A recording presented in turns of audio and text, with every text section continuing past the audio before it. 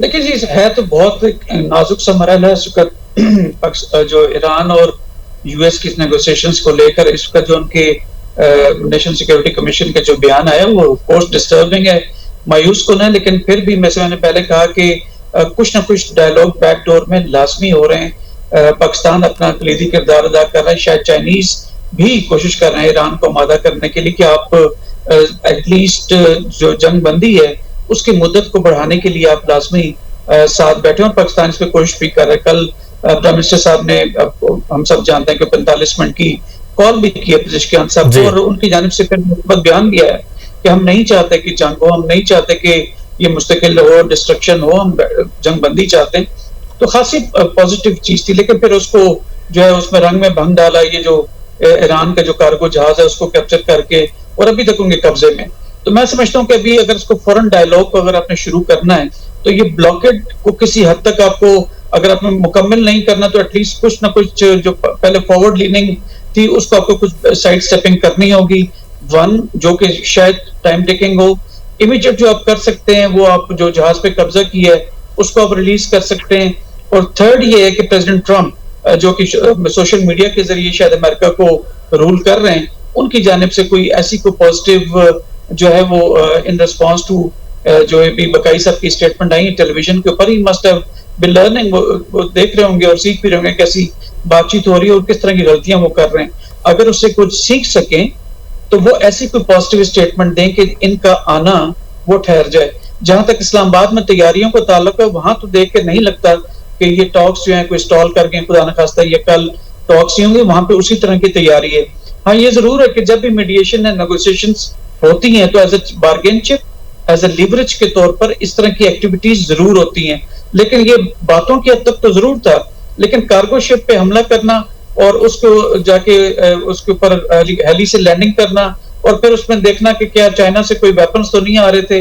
मैं समझता हूँ कि चाइनीज ने जब कह दिया था कि हमारी तरफ से कभी हथियार ईरान में नहीं गए, तो एक किस्म का आपने चाइनीज को भी मिसट्रस्ट किया। तो ना सिर्फ इस टॉक्स को उन्होंने डैमेज किया अमेरिकन ने, बल्कि जो 14-15 मई को उनकी एक मीटिंग शेड्यूल है प्रेसिडेंट ट्रंप का जो विजिट है प्रेसिडेंट शी के साथ मुलाकात का, उसको दोबारा टेंट किया इन्होंने।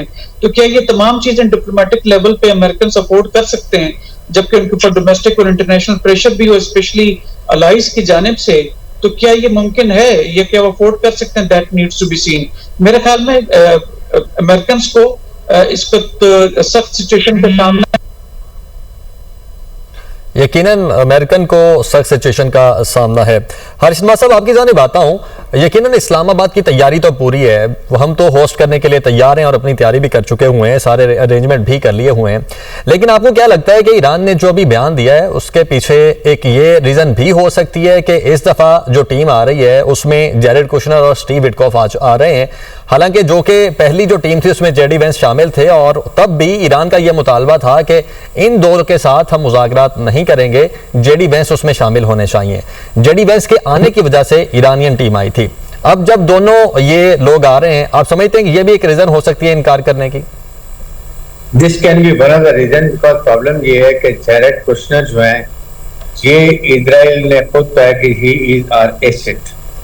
अब आप मुझे ये बताइए कि वो विटकॉफ जो है, स्टीव विटकॉफ, ये अगर दोनों बैठते हैं, और पहले तो स्पेकुलेशन यही थी कि सब कुछ तकरीबन फाइनल हो चुका है और अभी एक ब्रॉड फ्रेमवर्क बनेगा, उसके अंदर सारी सेटल हो जाएंगी और फिर हो सकता है फाइनली प्रेसिडेंट ट्रंप आए और इसको सारे को साइन करें और इस्लामिक कॉर्ड साइन हो जाए। बट द प्रॉब्लम इज, अगर अभी देयर आर सर्टेन एजेंट हैं और लेकिन दोनों को रिजॉल्व है कि इसको ठीक कर लिया जाए, लेकिन अभी भी कहीं ना कहीं छोटे बहुत पॉइंट्स रहते हैं कंजेस्टेड इश्यूज के ऊपर। इसका मतलब है कि देन जेडी वांस शुड हैव कम, और मेरे ख्याल में हो सकता है कि आज कल खबर थी कि शायद जेडी वांस आज आ जाएंगे, because he has to lead the delegation of American side. तो वो दोनों को मैं ट्रस्ट है कि दोनों जब अगली नेगोशिएशन हो रही थी उस दौरान में ही वहां पर अटैक हो गई ईरान के ऊपर, तो इसलिए they don't now feel comfortable and that is why JD वांस टू कम। और मेरा ख्याल है कि अगर अभी भी कोई इश्यूज के ऊपर अभी तक फैसला नहीं हो सका, और जाहिर है कि इतने पुरानी 47 ईयर्स का मिसट्रस्ट है, तो it take some time, we do understand. तो फिर शायद जेडी वांस मेरे ख्याल में आचार्य और आपको जो भी पता चले कि वो आ रहे हैं तो फिर ये ईरानियन कोई डेलीगेशन पॉजिटिव पेशरफ्त यकीनी तौर पर हो सकती है। बहुत शुक्रिया हारिस नवाज साहब, आप हमारे साथ मौजूद थे।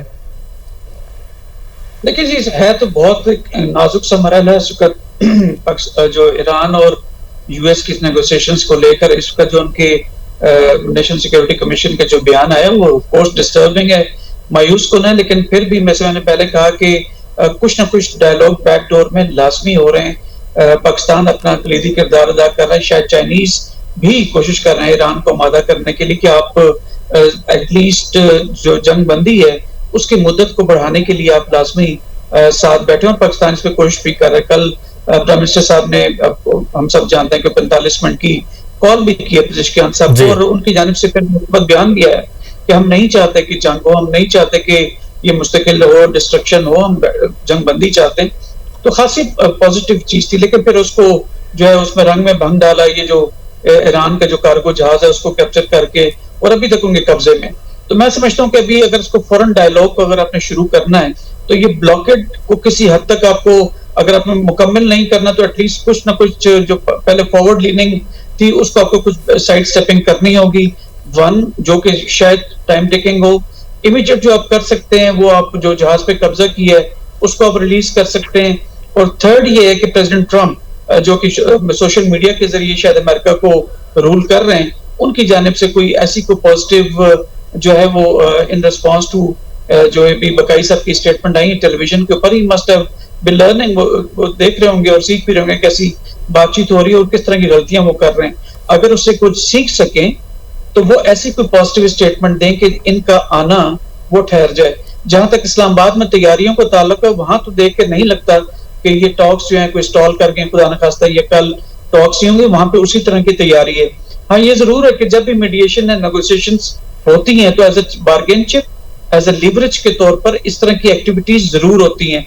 लेकिन ये बातों की हद तक तो जरूर था, लेकिन कार्गो शिप पे हमला करना और उसको जाके उसके ऊपर हेली से लैंडिंग करना और फिर उसमें देखना कि क्या चाइना से कोई वेपन्स तो नहीं आ रहे थे।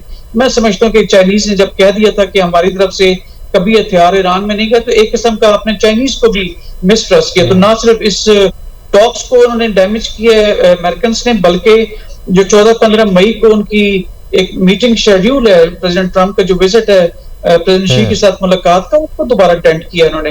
तो क्या ये तमाम चीजें डिप्लोमेटिक लेवल पे अमेरिकन सपोर्ट कर सकते हैं, जबकि उनके ऊपर डोमेस्टिक और इंटरनेशनल प्रेशर भी हो, स्पेशली अलाइज की जानिब से? तो क्या ये मुमकिन है, ये क्या वो अफोर्ड कर सकते हैं? That needs to be seen. मेरे ख्याल में अमेरिकन को इस पर सख्त सिचुएशन का सामना, यकीनन अमेरिकन को सख्त सिचुएशन का सामना है। हारिस नवाज साहब, आपकी जानिब आता हूं, यकीनन इस्लामाबाद की तैयारी तो पूरी है, हम तो होस्ट करने के लिए तैयार हैं और अपनी तैयारी भी कर चुके हुए हैं, सारे अरेंजमेंट भी कर लिए हुए हैं। लेकिन आपको क्या लगता है कि ईरान ने जो अभी बयान दिया है उसके पीछे एक ये रीजन भी हो सकती है कि इस दफा जो टीम आ रही है उसमें जैरेड कुशनर और स्टीव विटकॉफ आ रहे हैं, हालांकि जो कि पहली जो टीम थी उसमें जेडी वेंस शामिल थे और तब भी ईरान का यह मुतालबा था कि इन दो के साथ हम मुज़ाकरात नहीं करेंगे, जेडी वेंस उसमें शामिल होने चाहिए। जेडी वेंस के आने की वजह से ईरानियन टीम आई थी। अब जब दोनों ये लोग आ रहे हैं, आप समझते हैं कि ये भी एक रीजन हो सकती है इनकार करने की? This can be one of the reason, because problem ये है कि जैरेड कुशनर जो है, ये इजराइल ने खुद कहा कि ही इज आवर एसेट। अब आप मुझे ये बताइए कि वो विटकॉफ जो है, स्टीव विटकॉफ, ये अगर दोनों बैठते हैं, और पहले तो स्पेकुलेशन यही थी कि सब कुछ तकरीबन फाइनल हो चुका है और अभी एक ब्रॉड फ्रेमवर्क बनेगा, उसके अंदर सारी सेटल हो जाएंगी और फिर हो सकता है फाइनली प्रेसिडेंट ट्रंप आए और इसको सारे को साइन करें और इस्लामिक कॉर्ड साइन हो जाए। बट द प्रॉब्लम इज, अगर अभी देयर आर सर्टेन एजेंट हैं और लेकिन दोनों को रिजॉल्व है कि इसको ठीक कर लिया जाए, लेकिन अभी भी कहीं ना कहीं छोटे बहुत पॉइंट्स रहते हैं कंजेस्टेड इश्यूज के ऊपर। इसका मतलब है कि देन जेडी वांस शुड हैव कम, और मेरे ख्याल में हो सकता है कि आज कल खबर थी कि शायद जेडी वांस आज आ जाएंगे, because he has to lead the delegation of American side. तो वो दोनों को मैं ट्रस्ट है कि दोनों जब अगली नेगोशिएशन हो रही थी उस दौरान में वहां पर अटैक हो गए ईरान के ऊपर, तो इसलिए they don't now feel comfortable and that is why JD वांस हैड कम। और मेरा ख्याल है कि अगर अभी भी कोई इश्यूज के ऊपर अभी तक फैसला नहीं हो सका, और जाहिर है कि इतने पुरानी 47 ईयर्स का मिसट्रस्ट है, तो it take some time, we do understand. तो फिर शायद जेडी वांस मेरे ख्याल में आ जाए, और मुलाकात जो ही पता चले कि वो आ रहे हैं, तो फिर ये तो कोई पॉजिटिव पेशरफ्त यकीनी तौर पर हो सकती है। बहुत शुक्रिया हारिस नवाज साहब, आप हमारे साथ मौजूद थे।